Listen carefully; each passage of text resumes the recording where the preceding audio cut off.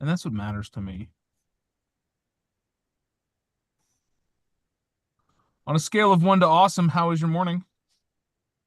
Good, thank you. That's all you get. You get either it's good or it's not good. Ha ha ha.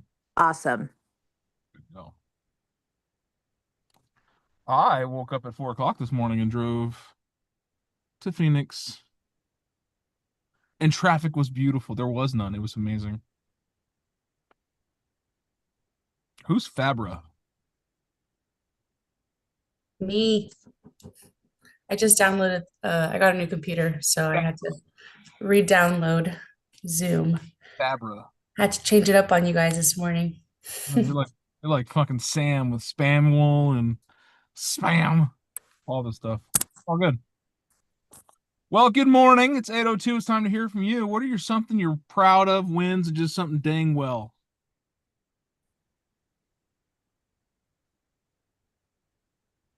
It might be a small win, but um, I've been getting a lot of calls for my listings, and I've been getting a lot more organized with just like following up with the buyers that I've called um, from the sign, and also having agents follow instructions.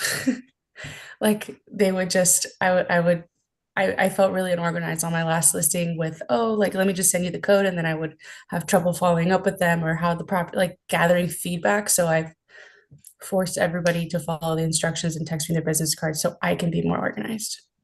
Love that. Good job. That's a big win. Thank you. To coming soon. Go in the MLS yesterday, and we submitted for the Tucson home tours for this Friday. Heck yeah. I finally got it cleared to close on an assumption loan that we are in month 4 of. There you go. What kind of assumption was it? VA. Wait, hey, that's 2 months short, girl. Congrats. Hey, Well, who's and your, it who's wasn't your even the lender? VA. It was the lender. It was Celine. Oh, Who's the lender on that? Celine. What is it? the lean. Celine. I don't know what that is. It sounds like she's saying the lean, but it's Yeah. not the lean. Interesting. Okay. Yeah. You know what? As I'm sitting in this parking lot and realtors are starting to fill in for this ALC meeting, I have seen 5 Teslas, not Corvettes, 2 Cadillacs, sorry, 6 Teslas, and 2 BMWs. I am the only Ford. I'm weird. I love being weird. I have 2 appointments. Well, I had one. And what happened with that one is I forgot to remind them of the date. And so they gave me a second chance and I gave them reminders every step of the way. So they have other agents that they are also interviewing, but they said I was the first one to get them and they appreciate the data that I gave them. They said it was eye-opening. Yeah, most times, if you're the first in the door, you're the one they select. Very, very rarely do people go after and interview multiple agents. So, Yeah. good This job. is expired and I have another one today to look at. Yeah, you do. Good job, Audra. Okay. All right. Any other win celebrations or something you're just dang proud of? Yes. It's my first day as a real estate agent officially. Yay. First time as Uh, first day as a full-time agent, huh? yes. You are what we like to call brand new web behind the ears. He quit his job. He's like, you know what? This job is taking up too much of my real time space. I'm gonna go become a realtor full time. Kick rocks job. He can literally say in 6 days it'll be his first week. Yes, and he can. In 6 more days will be his first full week in real estate. Not that I haven't been saying that for 6 years, 7 years. Yeah, whatever. All right. It's The funnest Wednesday. part about all that is proving the doubters wrong. I love doubters, man. I love people told me I couldn't do it. I heard something this morning that touched my soul. Guy was talking about his weight loss journey. He says it has been 4 years to today was 4 years since he's decided to stop being a fat POS. You guys can fill in the POS. And he's talking about his journey. He goes, I was addicted to all kinds of stuff. I was fat. He's like, not that it wasn't an easy journey, because I tried real hard to be a fat POS. He goes, I spent my entire life being a fat POS. I was committed to it. And I thought about that for a second. I was like, how many of us are committed to staying who we are unintentionally? It was an interesting thought, and I want to pair it with you guys this morning. Is he was celebrating the day he changed his life. 4 years. He's like, it took me 2 years to be less of a fat POS. And in that 2 years, I got clean of all the substances I was addicted to and hooked on and all the poor life choices. And I found myself alone because all the people that were my friends weren't my friends anymore. And he goes, and 2 years after that, I realized that those people just don't have a place in my new life. And it's taken me 4 years to realize and appreciate the guy that I used to be, because he had to exist in order for me to become who I am. And I love that. I love that is no matter what difficult journey you're on, one day you're going to look back and you're going to celebrate it because it allowed you to become who you are today. So embrace the suck, embrace the change. Be okay being uncomfortable. Growth wasn't meant to be kind. Any of us as kids remember that ache that we had in our legs and our arms and our shoulders and our backs right around 10 or 12 years old? Nobody? Anyone have teenagers that go through the sleepless nights that my body just hurts? My kids are going through it now. What are they going through? Birth pains. Growing pains. They were a physical reality as our adolescence became adulthood. In adulthood, they become mental pain. And some of you have growing pains because you've gone the wrong direction and now you're correcting. Some of us have mental growing pains because now we have to do things that are hard, that are difficult. And I love that for you, because one day you're going to look back at these tough times and these hard decisions you've had to make and these uncomfortable conversations you've had to have, and it's all going to be so worth it. So, speaking of difficult conversations, I like to focus on the difficult conversations you're having. So what are they? What are the conversations, topics, or objections that you're struggling with that we can help you grow past?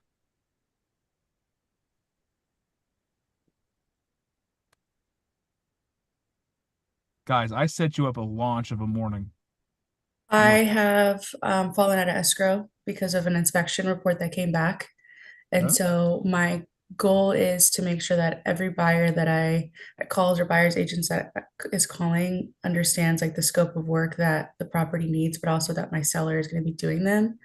And so I don't know if it's a difficult conversation, but I'm just trying to find the right buyer who understands the home.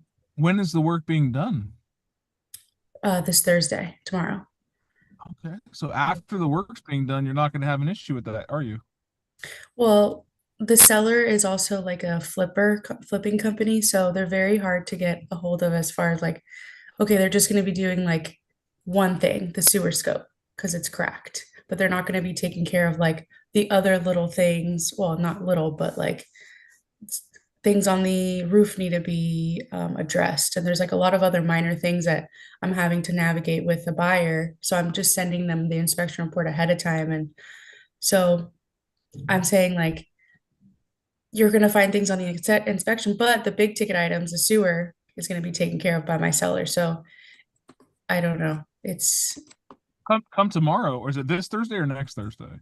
this Thursday. Well, come tomorrow. You won't even have to have that conversation about, well, the sewer scope will be done.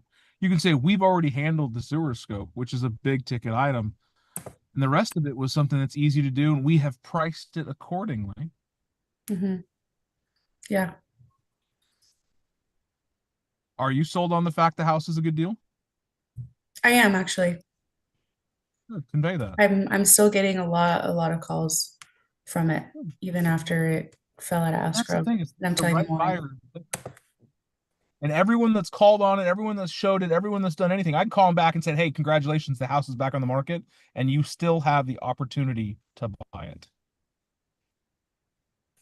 You can even sweeten that pot a little bit too. Hey, we're going to review any new offers in about 5 days. You want to be part of that? Mm-hmm. Love Don't that. have any yet, but they don't know that. Wait, say that again, Jim? I say you're going to be reviewing any of the new offers in 5 days. Yeah. You're not saying you have them, but you're also implying the kind of the sense of urgency because you Mhm. have had Yeah. a significant amount of interest. Mm-hmm. So Like- there's like psychological phenomenon that goes in crowd mentality. Popularity happens because a bunch of people think that it's good, and then all of a sudden, it's good. There are restaurants that have few seats inside and long lines. Why is that?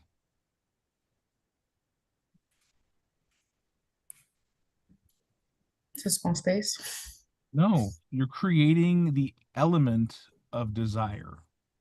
FOMO. Scarcity, right? People are Scarcity. lining up to get in this place. So when you tell people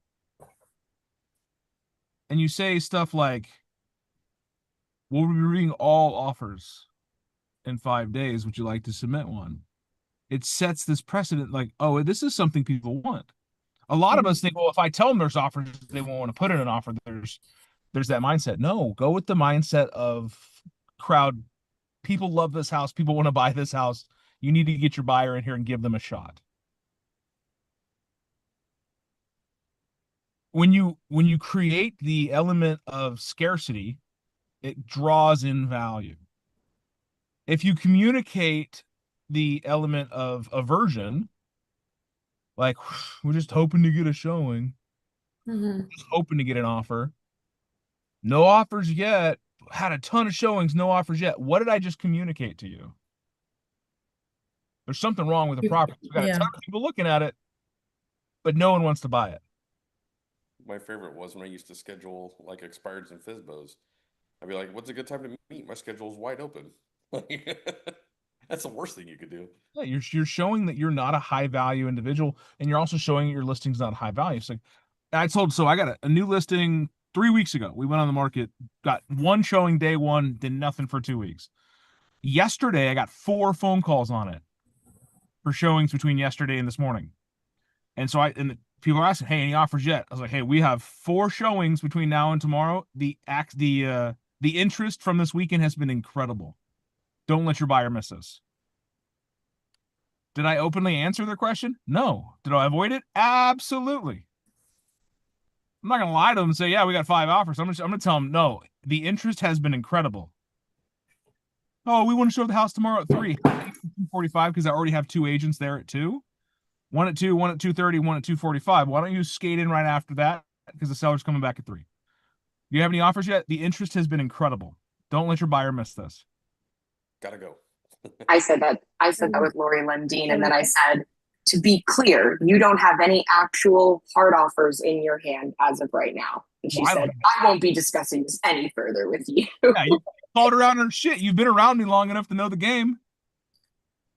But if you know the game, can you combat it the other side, right? Mm-hmm. I've been saying, are you currently negotiating any offers from what you said? Wrong. Are you? It's what offers are you currently negotiating? What offers are you currently negotiating? Because you gave me the easy out by saying no. Are you currently? No. What offers? My brain automatically starts going to, we don't really have any offers. Aha! Gotcha, fucker. No, I like that. So create that. Hey, you know what? We'll be reviewing all the offers in the next 5 days. Do you make sure your buyer gets in there so they can be a part of that? Mm-hmm. I think so much in what we do is how we say it. The words we say, how we say them, and the intensity behind the words. How we talk to ourselves, how we talk to others matters. If I call everybody that showed this house and say, hey, Lydia, this is Dan at Keller Williams. That house on Duck Avenue, yeah, it fell out of contract. Is Lydia super excited to go see that house now? She's like, whoa, whoa, whoa, what happened? But for whys? ¿Por qué los dos? Why not both? But if I call Lydia and say, hey, Lydia, it's Dan over KW. Man, I've been on the phone all day. The house on Duck Avenue just became available, and I did not want your buyer to miss out on it again. Let me know what works for them to come back, check it out. Different script, right? Different environment, different energy. Now, Lydia, she's going to say either one of three things. My buyer is no longer interested. My buyer might be interested, or hell yeah, let me call him right now. I'll let you know when I can come see it. Are any of those three things a bad thing for your seller? No. No. So why are we doing it? Tough conversations start up here. Pick up the phone. Change the energy you're projecting. Not, hey, Mara, it's Dan. Haven't heard from you in a while. Want to see if you're still interested in buying a house. No, wrong energy. Hey, Mara, it's Big Dan over at KW. I am so sorry. I've been swamped with the market lately, and I didn't want to forget about you. Are your questions getting answered? You're getting there. You're helping out. Or come loaded with something. Hey, last time we spoke, you're looking for this one, this one, this one in this area. I've seen 3 of these pop up. Which one did you like the best? Yeah. Send an email, send a text with the pictures or the links. Give them a call. I just saw your house. Give me a call.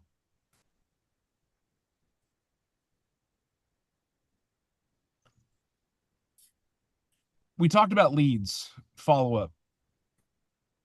Do most people answer on the first day? You know, I wish. No. Do most people answer on the second day? No. You wouldn't know because you don't call them again. I do. Bullshit, Jim. What about those 7 Realtor.com leads? They're in there. They're getting worked. Mm-hmm. They're on auto campaigns. As of? They're getting touched. You said call. They're getting touched. Yeah. Weak sauce. That's the thing is we get so in our heads like, oh, we called him yesterday. Guys, I couldn't tell you what I did yesterday. And if someone called me needing something yesterday and I was busy, so this happened, exact situation. Shanna Lynn, she's on Team Integrity. I'm in their office in our building downstairs. So I go downstairs, I check on a couple of the agents of Team Integrity, and I said, hey, just seeing how you are, giving some love, getting out of my office, walking around.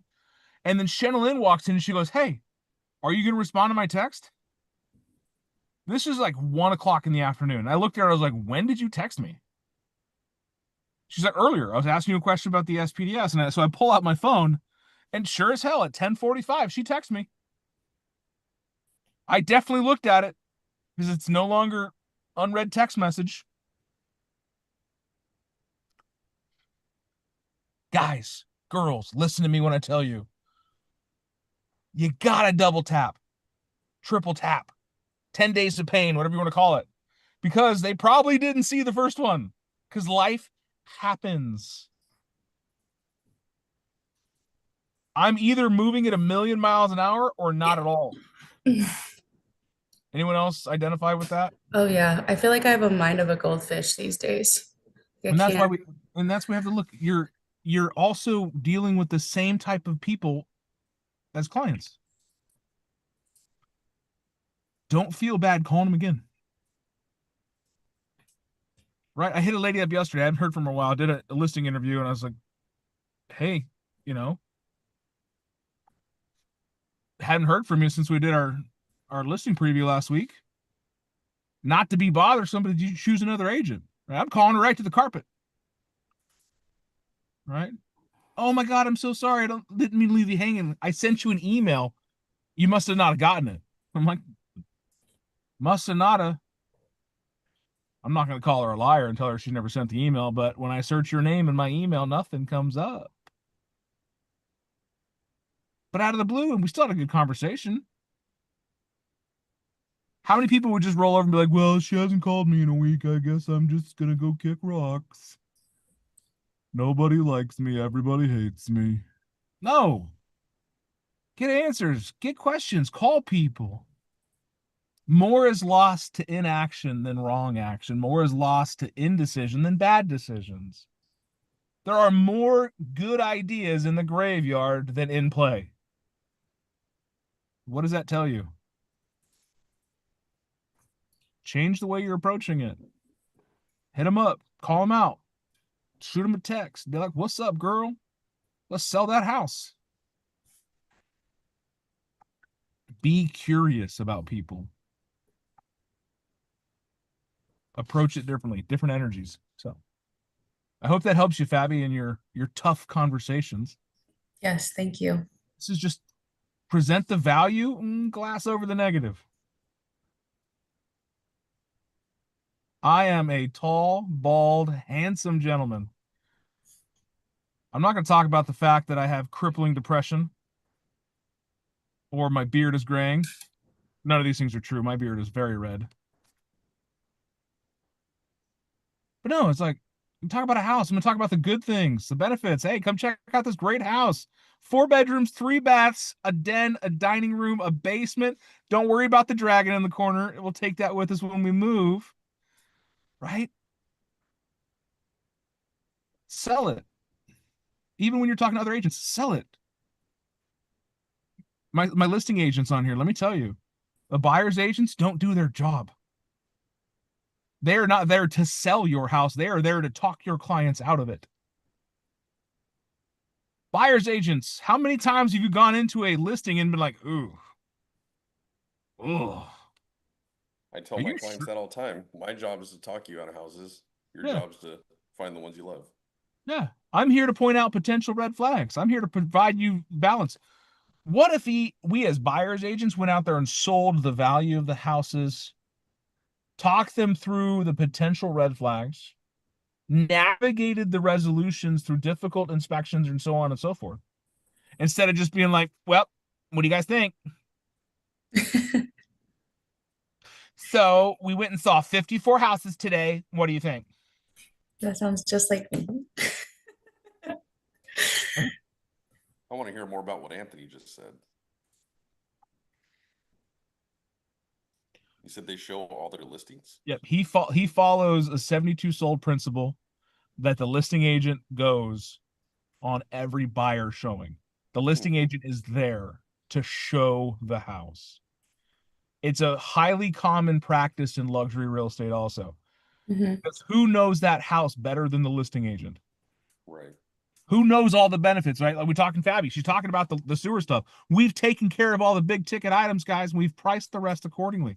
Come check out this stellar gem on Sunset Boulevard. Boom, she's selling it. Now she's there at the listing with the buyers. She meets the buyer's agent there. I know some buyer's agents are like, this is super creepy. Why is he here? No, I'm here to sell the house because I know you won't. Amen. And you're able to get the house set up before the buyers even walk in. Exactly. I want the house to be right, ready, 72 ripping with good sold. vibes. Don't you also only have like one day, like out of a week for like 4 or 5 hours that you do like exclusive for showings or something? Sometimes. Yeah. So I know that for Anthony, he does the open house things, new listings, no showings for the first couple of days, stack them all on a day that they're doing a block of open houses. And what that does is that same mentality of the restaurant with a few seats inside and a bunch of people waiting outside. Yeah. So let's put yourselves in the position. You're a buyer's agent. You're driving your clients around. There's a house on Main Street they want to see. You drive up to Main Street.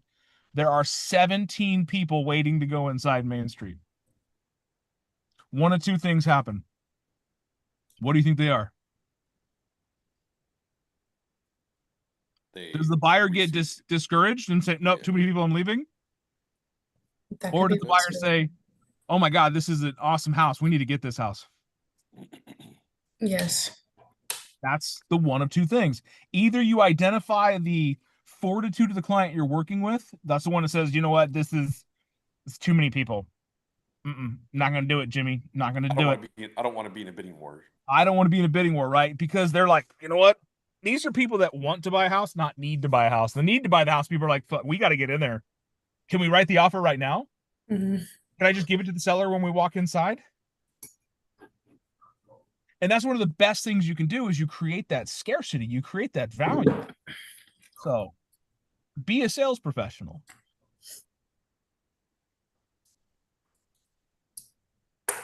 Create FOMO. For my non-Gen Alpha, Beta, Zeta people, fear of missing out. I FOMO. don't think FOMO. I think FOMO's older than that. I don't know. It's just I got some blank stares. Did you know what FOMO was, Paco? Or he's the youngest one on the call, so I can gauge there. I'm not even gonna guess who the oldest is. We're not gonna go there. We're just gonna say it's Jimmy. It's Jimmy. Yeah. Definitely body age. Right. I mean, getting hit by a truck adds 10 or 15 years, so I might be there too, buddy. So, all right. Any other thoughts, comments, questions, concerns, peripheries?